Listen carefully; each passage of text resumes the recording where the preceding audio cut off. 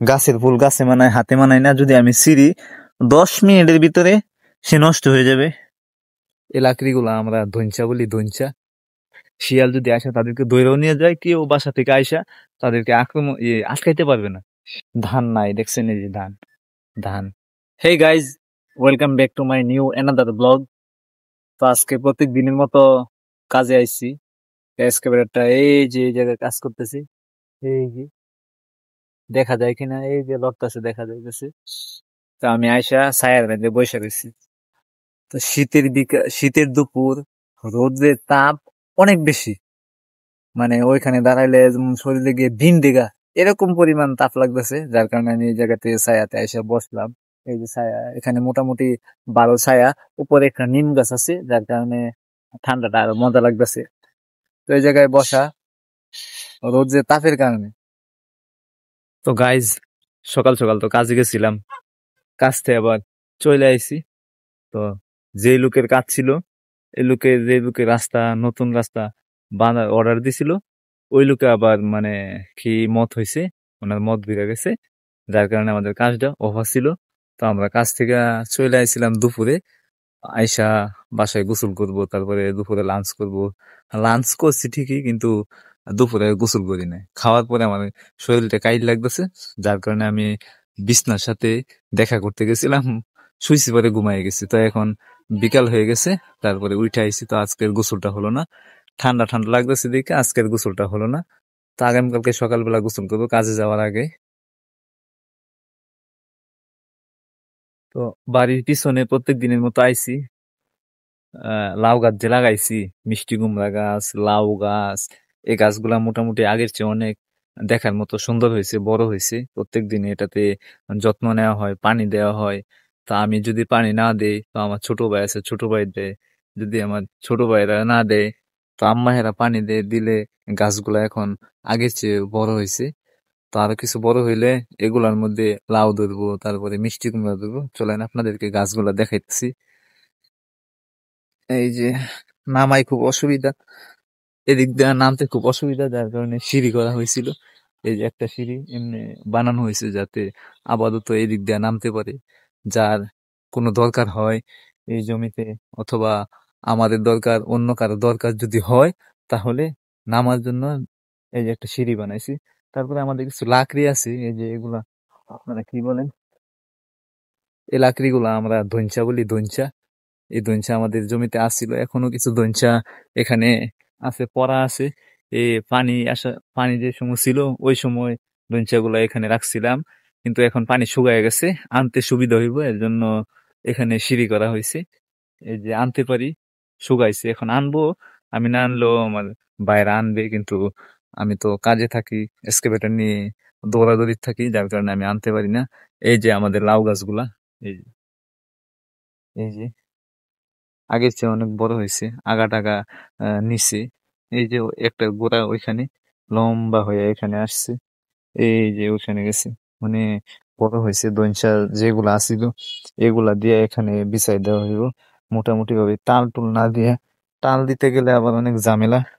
টাল দিলে আবার যদি এখানে করি, রাস্তা ভাঙ্গা গেছে, এটা যদি মেরামত করি, তাহলে টালগুলা ভাঙ্গা যাইব, যার কারণে আমরা টাল দেব না। এই যে মিষ্টি কুমড়া পাতা, এই মিষ্টি কুমড়া একটা ছানা আমি 20 টাকা পিস আনছিলাম। দেখছেন কত বড় বড় পাতা, মানে লায়কের মধ্যে আছে মনে হয়, বোঝা যাইতেছে। এই যে এখানেও আছে মিষ্টি কুমড়া, তার চেয়ে ভালো, সে মানে অনেক তাজা, তারপরে অনেক ডোগাগুলা এর মোটা মোটা, সুন্দর হয়েছে। তো আরো গত সপ্তাহে এখানে আইনা এই যে আরো লাগানো হয়েছে মিষ্টি কুমড়া আর লাউ, ছোট ছোট, ওইগুলা একটু বড়, ওইগুলা চেয়ে অনেক ছোট এগুলা। মানে গত সপ্তাহে সোমবারে আনা হয়েছে, এগুলা তো অনেকদিন আগে আনা হয়েছে, যার কারণে ওইগুলো অনেক বড় বড়, এগুলো অনেক ছোট ছোট। তো এই দইঞ্চার লাকড়িগুলা আমরা নেব, পানি শুকাইছে জমিতে, তো নেওয়ার মতো হয়েছে আর কি এখন, যার কারণে আমরা নিতেছি আস্তে আস্তে। মনে হয় কেউ নিছে, অল্প কিছু নিয়ে পাক করে বাইঙ্গা রাখছে, তো আমি আর জানি না, দেখছি না। এখানে যে দইঞ্চার নিচে যে গাতা আছে, এই গাতাতে কিছু মাছ আছে, কই মাছ, শিং মাছ, লাঠি মাছ। যেহেতু এখানে পানি ছিল, তো পানি আসার সময় নদী থেকে কিছু মাছ আইছে। নদী বেশি দূরে না, প্রায় 10 মিনিটের মতো হাইটা গেলে সময় লাগে। তো এখানে যেহেতু নদীর কাছাকাছি খাল আছে, নদীতে মানে এদিক দিয়া বর্ষার পানি এদিকে যায়, আবার বৃষ্টি বাদল হইলে পানিগুলা এদিক দিয়ে আইসা নদীতে নামে। তো এই গাতাতে ছোট ছোট মাছ এগুলা আসে। যেহেতু এদিক দিয়ে পানি ভরা থাকে, হাঁটু পানি অথবা কোমর পানির মতো থাকে, তো এখানে মাছ টাছ আসে, বোয়াল মাছ মানে মিক্সার মাছ, নদীতে বাংলা মাছ যেটা হয়, মানুষ যেটা না পালে, মানে বাংলা মাছ, শিং মাছ, এখন তো মানে সব মাছই পালে, কিন্তু নদীর মাছগুলা যেগুলা আছে ওইগুলা এখানে উইঠা চলে আসে। পানির উল্টা স্রোতে মাছগুলা মানে বেশিরভাগ যায়, যার কারণে মাছগুলা খাল বিলে চলে আসে। এই যে মাছের ইয়াটা, এখানে আরো একটা গাতা আছে। এই গাতাতে মোটামুটি অনেক মাছ থাকবে। গাতা যদি আরো শুকায় তাহলে কেউ না কেউ মাছ ধরবে। আমরা ধরি কিনা তা বলতে পারি না। এগুলা কেউ না কেউ ধরবে মাছ, আমরা ধরবো না আপাতত। এখন অনেক পানি গাতাতে। তো অনেক মানুষ যে কলমি খায়, কলমি শাক গুলা, প্রচুর পরিমাণ কলমি শাক এই যে এখানে আছে গাছগুলা, এই যে প্রচুর পরিমাণ কলমি শাক। এই যে এখানে অনেক মানুষ দেখলাম যে খাবারের জন্য, শাকের জন্য নিয়ে যায় এখান থেকে কলমি শাক। এই যে আগা, আপনারা এটা কি শাক বলেন তা সঠিক জানি না। এই যে আমার দরকার নাই, তারপর আমি একটা শাক ছিললাম। এই যে এই শাকটা আপনারা কি শাক বলেন? এটা আমাদের এখান থেকে অনেক মানুষ নিয়ে যায় খাবারের জন্য। এই যে এইবার চলেন আপনাদেরকে আমাদের যে জমি আছে, ধান ক্ষেতের জমিগুলা, এগুলা দেখায় কি অবস্থা জমি। এই যে মুরুব্বা এসে খাইতেছে, তাদের কোনো বাধা নাই। এই যে মুরুগগুলা আয়সা খাইতেছে, তারা খাক, তাদের কোনো বাধা নাই। এই যে এখানেও আছে মুরগ। শিয়াল যদি আসে তাদেরকে দৈরাও নিয়ে যায়, কেউ বাসা থেকে আইসা তাদেরকে আটকাইতে পারবে না। সে তো এদিক দিয়ে জঙ্গল টঙ্গল আছে। তো ধান খাইতে তারা আসছে, তারা খাবার আহার করতে তারা আসছে। তো শিয়াল তো এটা বুঝবে না যে তারা আহার করতে আসছে। শিয়ালের খাবারই মাছ, গোস্ত। তো এই যে 13,000 টাকা খরচ করে আমরা যে ধান ক্ষেতটা লাগাইছিলাম, চলেন আপনাদেরকে ঘুরা ঘুরে ধান ক্ষেতটা দেখাইতেছি।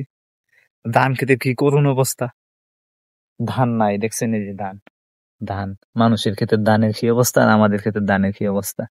এই যে দেখেন, এই যে জমিটা, জমিটা কিন্তু বিশাল বড় এরিয়া। আপনারা কি বলেন, বিঘা বলেন নাকি? আমরা বলি কানি, আমরা 1.5 কানি। তো আপনাদের যারা বিঘা বলেন তাদের হিসাবে আসবে 1.5 বিঘা। মানে আমাদের আমাদের এন্দা কানি হচ্ছে গিয়া 40, মানে 40 ডিসিম, 40 শতকে 1 কানি। আর আপনাদের কানিরা ডিসিমের হিসাবটা আমার এখনো মাথায় ভালো করে আসে না, যার কারণে আমি হিসাবটা ততটা স্পষ্ট ভাবে দিতে পারি নাই। এখানে আমরা 1.5 কানি জমি আর কি। তো আপনাদের যে এই বিঘা বলেন, একর বলেন, এটার হিসাবটা আমার কাছে নাই, আমি বলতে পারবো না। আমাদের এখানে হচ্ছে গিয়া কানির হিসাব। তো আমাদের 1.5 কানি জমিতে 13,000 টাকা খরচ করিয়া এই লাকড়ি গুলা কাইটা, 2-4 লাকড়ি ছিল অনেক, এগুলা কাইটা তারপরে লাগাইছিলাম। লাগানোর পরে আমাদের ততটা ফসল হয়নি। এই যে এখান দিয়ে কিছু ধান হয়েছে, কিন্তু ততটা ভালো না। এগুলা কবুতরে আর মুরগকে খাওয়ানো হবে। যখন আরেকটু বাড়তি হবে, পাকবে, ওগুলা কাটার মতো হইব, তখন এগুলাকে কাইটা এগুলাকে নিয়ে মুরগকে খাওয়ানো হবে, কবুতরকে খাওয়ানো হবে। যার কারণে এগুলা এখনো কাটতেছি না। এই যে ততটা ভালো না। ভালো জমি আর পরের জমি, এগুলা তো আমি একটা ভিডিওতে দেখাইছিলাম যে ভালো জমি আর ইয়া জমি, মানে দুর্দশা জমি, আমাদের দুর্দশা জমি আর অন্যের ভালো জমি আমি একদিন একটা ভিডিওতে দেখাইছিলাম। তো আজকে এবার দেখাইতেছি ঘুরে ঘুরে সারাটা ক্ষেত, 1.5 বিঘা জমিতে আমি ঘুরে ঘুরে দেখাইতেছি। এই যে এখানে আবার ফুল হয়েছে, গাছের ফুল গাছে মানায়, হাতে মানায় না। যদি আমি ছিঁড়ি 10 মিনিটের ভিতরে সে নষ্ট হয়ে যাবে। আর যদি না ছিঁড়ি সকালবেলা পর্যন্ত এরকম স্পষ্ট থাকবে। দরকার নাই আমার এটাকে ছিঁড়ার।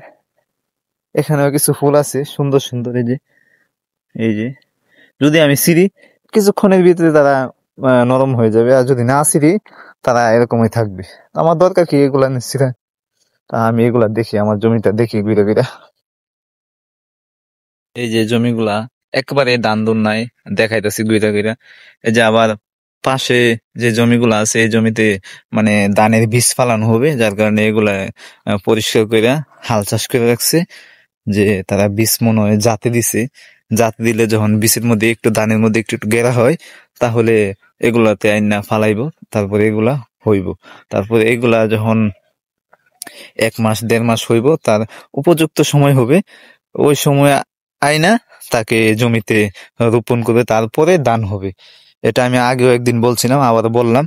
এই যে দেখেন, এখানে কলমি শাক, দেশি কলমি, এগুলা কত চিকন চিকন। এই যে ওইখানে ছিল আপনার মোটা মোটা, আর এখানে হচ্ছে চিকন চিকন কলমি। কত কলমি এই জায়গায় দেখেন। এই জায়গাতে ওইখান থেকে মানুষ দেখলাম ওই দিন নিয়ে খাবারের জন্য, শাকের জন্য নিতেছে, মানে খাবার, এগুলাকে শাক বানাইবো তার জন্য এগুলাকে নিছিল অনেক মানুষ দেখলাম। এই যে আরো আছে অনেক, প্রচুর পরিমাণ আছে। এগুলা পানি থাকলে এগুলা নিয়ে শরীর স্বাস্থ্য মানে স্পষ্ট থাকে, ভালো থাকে। পানি চলে গেলে তাদের এই অবস্থা দুর্দশা হয়ে যায়। তো এই যে আপনাদেরকে ঘুরায় ঘুরায় জমিটা দেখাইলাম, এই যে বিশাল বড় জমিটা। এখন আমি চলে আইছি আমাদের বাসার যে গেট, এই গেটের কাছে। এই যে একটা ড্রেনের মতো, একটা আইলের মতো দেখা যাচ্ছে। এই যে দেখেন দেখেন দেখেন, এটা কেউ কি বলতে পারবেন যে এটা কি, এদিক দিয়ে কি আসা যাওয়া করে? কেউ যদি বলতে পারেন তাহলে আমাকে কমেন্ট করে জানান যে এটার মধ্যে কি আসা যাওয়া করে। আমার আম্মাই বলতেছে যে এদিক দিয়ে সাপ আসা যাওয়া করে। তা আমার আম্মা আসছিল যে এখান থেকে একটু কাদা নিয়ে আমাদের যে আবার চুলা হচ্ছে গিয়া মাটির চুলা, তো চুলাকে একটু মেরামত করবে। যেহেতু মাটির চুলা মাটির চুলা, এটাকে মেরামত করলে আবার 1 বছরের জন্য ফ্রি হয়ে যায়। এর জন্য এখান থেকে কিছু কাদা নেওয়ার জন্য আইছিল। যখন দেখছে এরকম এরকম দাগ, তাহলে আমার আম্মা এখান থেকে চলে গেছে, যে এদিক দিয়ে মনে হয় যে সাপ আসা যাওয়া করে। কিন্তু আমাদের এদিকে তো তত ভয়ানক সাপ টাপ নাই, সাপ টাপ থাকার কথাও না। এর জন্য আমার আম্মা ডরাই গেছে, যার কারণে আর ওইখানে যায় নাই। তারপরে আবার এদিকে আইসা এখান থেকে কিছু কাদা নিছে। এখান থেকে এই যে কাদা, এখান থেকে কিছু কাদা নিছে। কাদা নিয়ে তারপরে মনে হয় যে আমাদের চুলাটা মেরামত করছে। এই যে এখান থেকে কিছু কাদা নিছিল। তো আপনারা বলেন তো, ওইটা কিসের পা অথবা কিসের দাগ?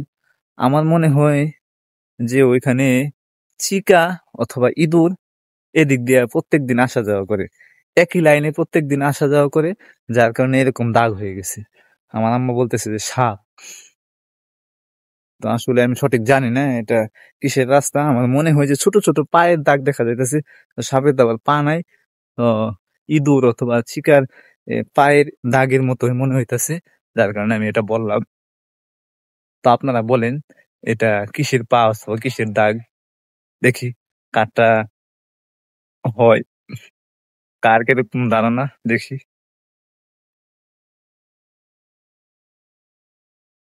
এই যে চলে আইছি উপরে, রাস্তার উপরে। এখানে অনেক নিচ, জমিটা অনেক নিচ, রাস্তাটা অনেক উঁচা। এই যে, তো ভাইলুক সন্ধ্যা হয়ে যেতেছে। এই যে সূর্যটা আর দেখা যাচ্ছে না, সূর্যটা প্রত্যেক দিনের মতো গাছের নিচে মানে আসমানের নিচে চলে যাচ্ছে। তো আমার ভিডিওটা আজকে এ পর্যন্তই থাকবে। যাদের কাছে আমার ভিডিওটা পছন্দ হয় লাইক করে দেন, যারা নতুন আছেন আমার চ্যানেলটাকে সাবস্ক্রাইব করে দেন। ভালো থাকেন, সুস্থ থাকেন, দেখা হবে আগামীকালকের ভিডিওতে। I hope you enjoyed this video. Hit like and do subscribe to my channel. Thank you so much for watching. Bye.